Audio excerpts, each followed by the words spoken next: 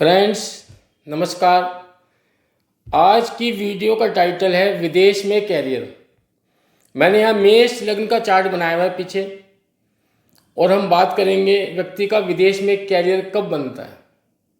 Friends, जब 10वें और 12वें भाव में संबंध होता है, जैसे 10वें भाव का स्वामी 12वें भाव में बैठा हुआ हो, तो व्यक्ति विदेश में नौकरी या व्यवसाय करता है, क्योंकि 10वां भाव हमारे कैरियर का भाव है, रोजगार का भाव है, कर्म का भाव है, और 12वां भाव हमारे विदेश का भाव है, विदेश से लाभ, विदेश का सेटलमेंट की बात करता है।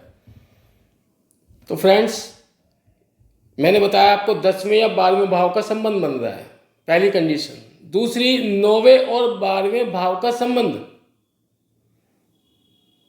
9वें जो नवा भाव है वो हमारे भाग्य का भाव है, लंबी यात्राओं का भाव है।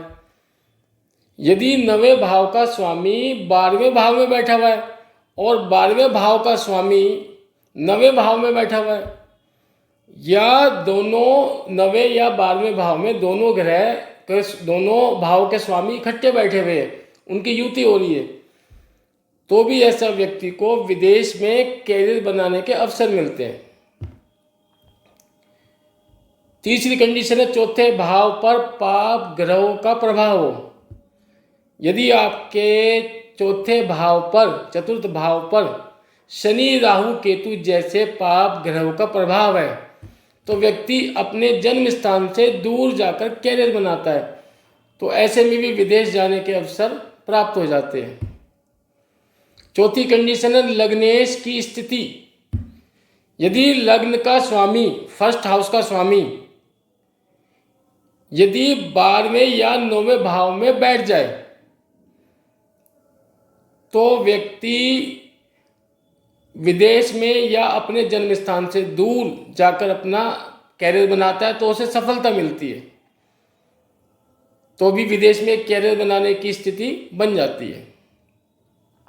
फ्रेंड्स, यदि राहु सप्तम भाव में बैठा हुआ है और सप्तम भाव का स्वामी 12वें भाव में बैठ जाए, तो भी व्यक्ति की नौकरी या व्यवसाय विदेश में होता है और वहाँ से वह धन कमाता है, चाहे विदेशी कंपनी में जॉब करे, चाहे विदेश में जाकर नौकरी करे, पर विदेश में ही उसका कैरियर बनता है।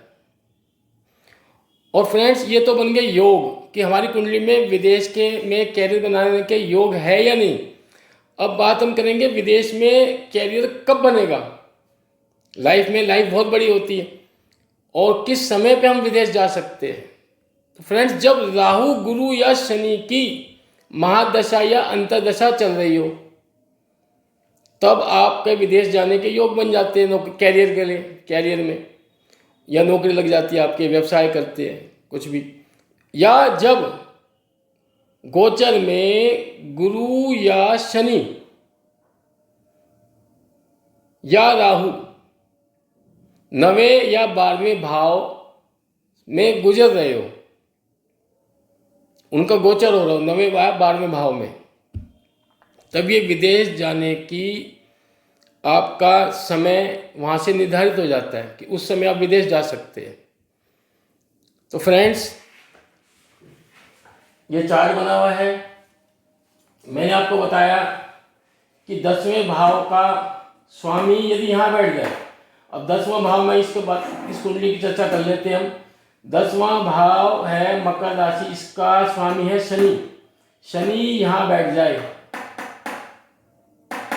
पहली कंडीशन, तो विदेश जाने के योग बन जाते हैं, कैरियर बनाने के विदेश में, क्योंकि ये कैरियर का भाव है, ये कैरियर का भाव है, ये विदेश का भाव है, इस कंडीशन बन जाते हैं।